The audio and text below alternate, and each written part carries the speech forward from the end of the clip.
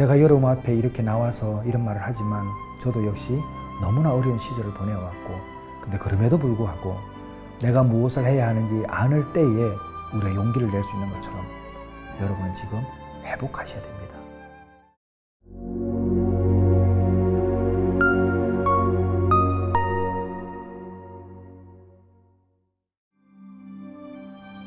안녕하세요. 베델회복 공동체 김상철 목사입니다.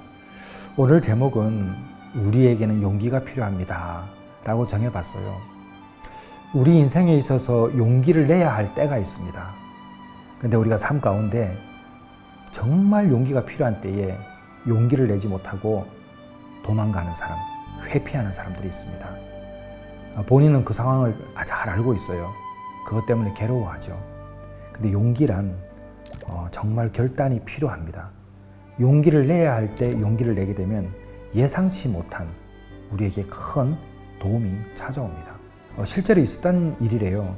제가 이제 존경하는 김용기 장로님, 가나안 농군학교 설립자죠. 김용기 장로님이 이제 책에 기록했던 내용인데요. 제가 이제 잠시 설명을 드리면 한 청년이 있었습니다. 이 청년이 이제 호숫가를 이렇게 거닐고 있는데 호수에 한 아이가 빠진 거예요. 그래서 이제 청년은 수영을 좀 할 줄 아니까 그대로 뛰어들어가지고 이 아이를 구했습니다. 많은 사람들이 그 주변에 있었지만 선뜻 뛰어들지 못했던 것이죠. 근데 이 청년은 과감히 뛰어들었고 그 한 아이를 구했는데 그 아이의 아버지가 대단한 기업인이었습니다. 근데 때마침 이 청년이 취업을 준비하고 있었거든요. 그러니 아이를 구해준 그 아버지가 이 청년에게 얼마나 고마웠겠습니까? 그래서 결국 그 회사에 취업을 했답니다.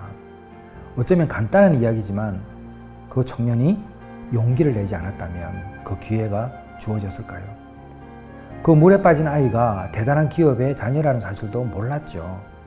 그럼에도 불구하고 도와야 되겠다는 어쩌면 정의로움이죠. 이것 때문에 뛰어들었을 때에 예기치 않았던 일들이 일어난 거죠. 가만히 우리가 성경 속에 보더라도 용기가 필요한 것은 다윗과 골리앗을 통해서도 알 수 있어요. 다윗이 단지 거대한 골리앗과의 싸움에서 이겼다 이렇게만 보지 말고요. 하나님이 함께 하셔서 그렇다 이렇게만 보지 말고 가만히 볼 때 다윗에게는 하나가 있었던 게 있습니다. 용기죠. 당연히 하나님께서 함께 하셔서 이겼죠. 그러나 다윗의 결단이 있었습니다. 하나님이 뒤에 계신다는 그 믿음 가운데 생겼던 결단이죠. 우리는 늘 기도할 때 하나님께 기도합니다. 그리고 하나님이 함께 하신다는 것도 알고 있어요. 그렇다고 다 용기 내는 것 아니신 거 여러분 다 아시잖아요. 하나님을 믿는데 주님이 내 안에 있다는 것을 알매도 불구하고 용기를 못 냅니다. 너무 많습니다. 그런 사람들이. 용기는 다수의 것이 아니라 소수의 것입니다. 오늘 여러분은 그 소수에 속해보지 않으시겠습니까? 나는 변할 수 없다. 나는 안 된다. 나는 너무 고통 속에 빠져있기 때문에 헤어나지 못한다. 나는 가진 것이 없다. 여러분, 용기를 가지면 반드시 일어날 수 있습니다. 제가 여러분 앞에 이렇게 나와서 이런 말을 하지만 저도 역시 너무나 어려운 시절을 보내왔고 지금도 늘 좋은 일만 있는 것은 절대 아닙니다. 근데 그럼에도 불구하고 내가 무엇을 해야 하는지 아는 때에 우리가 용기를 낼 수 있는 것처럼 여러분은 지금 회복하셔야 됩니다. 이 문제를 뛰어넘어야 합니다. 그리고 당당히 일어서서 세상을 향해 나아가셔야 돼요. 그러기 위해서 필요한 것은 무엇인가? 용기입니다. 제가 말씀 하나 읽어볼게요.